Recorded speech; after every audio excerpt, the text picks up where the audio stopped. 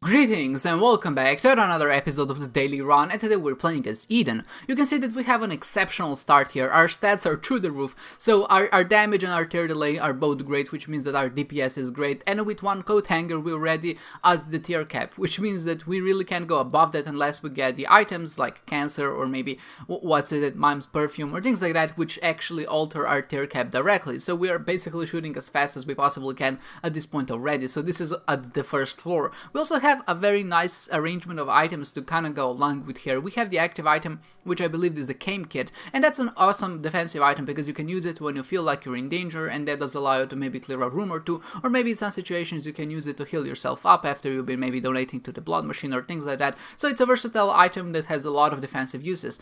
But we also had My Reflection, which is maybe not the best start, definitely not a good start in some regards, just because it is kind of finagly to get those shots to land, and maybe the biggest problem is that your range isn't as high, and maybe on the ricochet back, or maybe when the tears go back, they can ricochet an enemy into you, and that's not good.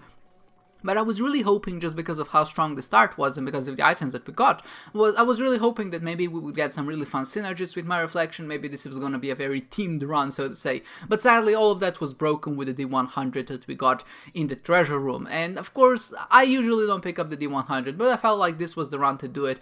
Lately especially, I've been trying to kind of get a better score overall. I've been kind of tryharding a bit. And I know that when you see an opportunity like this to pick up an item, which just will change the game and break it for you, you probably should do it if you just want to have a really good run. So that's exactly what I did. I went into the library, I rerolled it 2 times, I also rerolled the items that I had on me, and we got something like Eden's Blessing, we also got the Tech Axe, we also got Contagion. So all of very decent items which just allow us to kind of stomp through the game. We also get some damage items later on which just kind of seal the deal for me.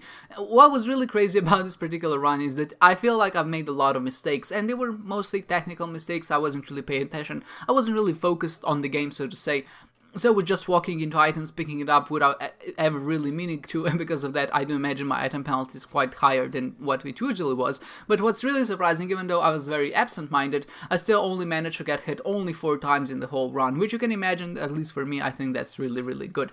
And the times I did get hit were mostly from just enemies which surround you in a direction, or maybe when they explode into multiple tiers, and there's really no way to go, or at least you have to be very careful. I think what I got really used to is a high speed run, because I feel like, especially lately, a lot of the runs were actually reliant on speed, and because it's so easy to get a few speed up items, you're already at the cap. I'm kinda used to playing at that fast speed, so anything below 1.5 actually feels quite slow to me, and 2 already is the cap, so I think that just has a lot to do with it, at least with how I play. But being at a lower speed does allow you to be a bit more in control of your character, because the faster you travel, the more velocity you have, and because of that it's much harder to stop or kind of reverse directions.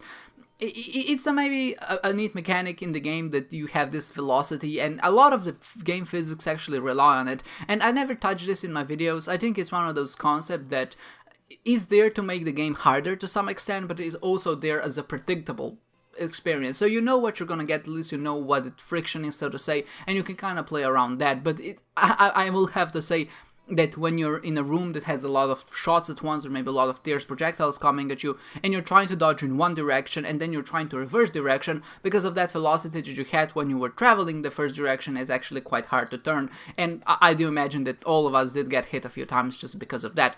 So all the velocity and physics aside, I'm not really here to discuss that.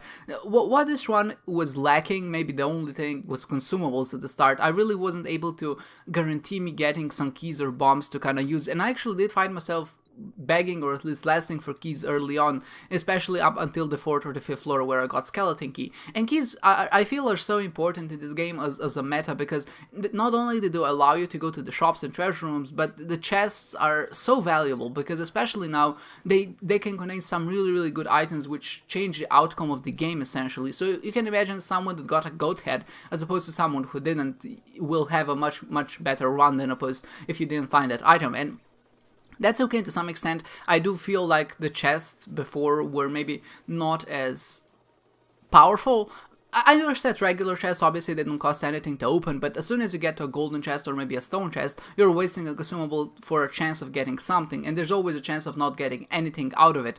And I think that's a good balance to kind of make it up. And I do like this high variance place where essentially it's just you wasting a consumable for a chance of getting something, and it's usually always a good idea to do it, but obviously if you don't have any keys you can't afford to. So in hopes of getting more consumables, I decided to stick with how to jump. And how to jump has to be one of my favorite items. It's essentially a glorified flight because it doesn't only allow you to go over obstacles, but it's much more in demand. It does have some fun synergies with items which maybe trigger whenever you use your active items, so something like a teleporter.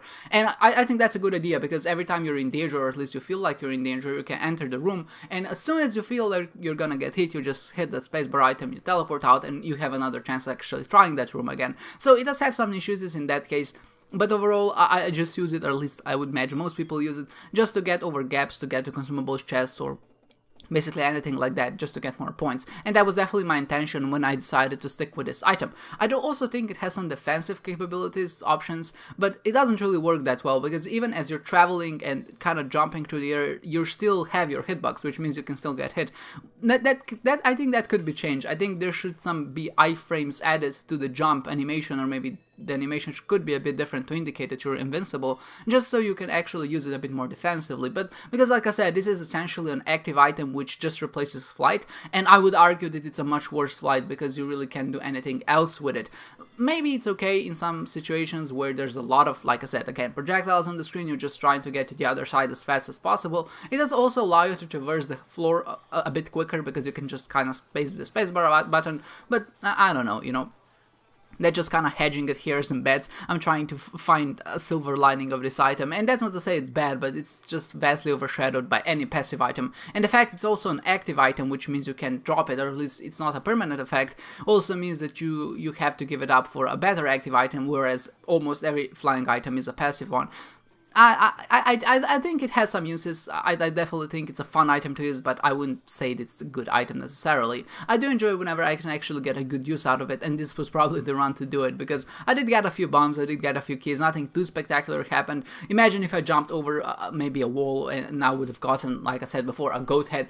That would really change the run, but sadly nothing like that happened. I also do think that a lot of people have opted not to take the D100, and mostly because at least I heard that with the latest update that added a few of the new booster pack items, the pools are kind of messed up, and I'm not really sure why that is, but you breakfast yourself much quicker, and I assume that some people didn't do it because of that, because there's a known glitch or a bug that's going around. But I also imagine a lot of people are just tired of the D100 shenanigans, because the D100 is an item which has a lot of power behind it, and it's not that hard to actually utilize. So whenever a person has to dedicate a lot of their brain power to just using the item, I think it kind of puts you off, especially because it's supposed to be this, oh, I'm so low random item, which just gives you a very weird and strange run, which can be sometimes powerful and sometimes very weak. Because of that variance, I do think a lot of people maybe don't pick a favor to it, and also because it does tend to show up quite often, and it doesn't really have that random factor associated with it. Nevertheless, I decided to pick it up, and it did turn out to be pretty good in my situation. I did finish in the 14th spot, and maybe my proudest achievement of this particular run is that I only got hit 4 times in total, so that's very decent. Our exploration bonus was pretty high, so almost 20,000 points, so very close to 20,000. I think if I went to a few more secret rooms, I think I missed 1 or 2 in total, that would actually put us over the edge, and that would be pretty sweet, because then our stage bonus and exploration bonus would actually be quite beneficial. But overall, 52,000 points, almost 53,000 points, we really did well on this run, because it did allow us to rank quite high, and the fact is, even when you get to the lamp, any run above 50,000 points you can actually consider decent. I did hear, or at least see, that some people got up to 60,000, which is probably the holy grail of all points that you can get on a daily run like this, but we're not there yet, maybe sometime in the future.